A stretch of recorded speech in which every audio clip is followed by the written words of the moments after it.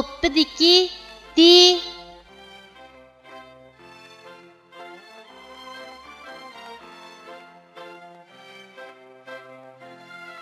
Bu harfning talaffuz qilinishi mundaq.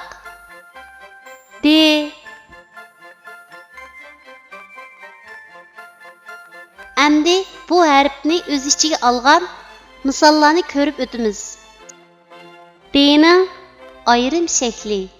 Misol: dinozavr. D'ning oyog'idan olingan shakli. Misol: pi degan.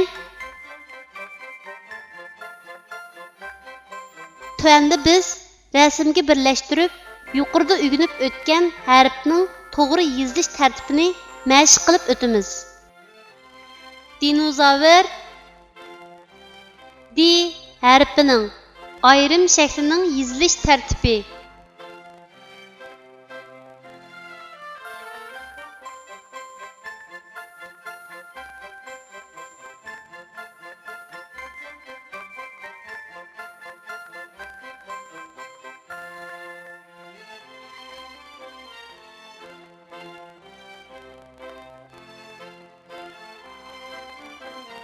Pi degan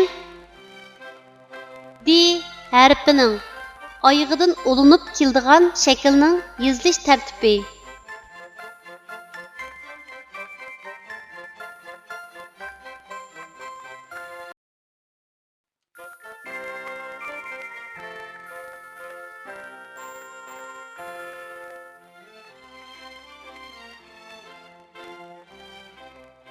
Kichik do'stlar, tuvandagi so'zlarni menga aytib o'qinglar. Du tar, do ra, dora, dop pa, doppa, deptar, deptar, dostum, dostum, çay,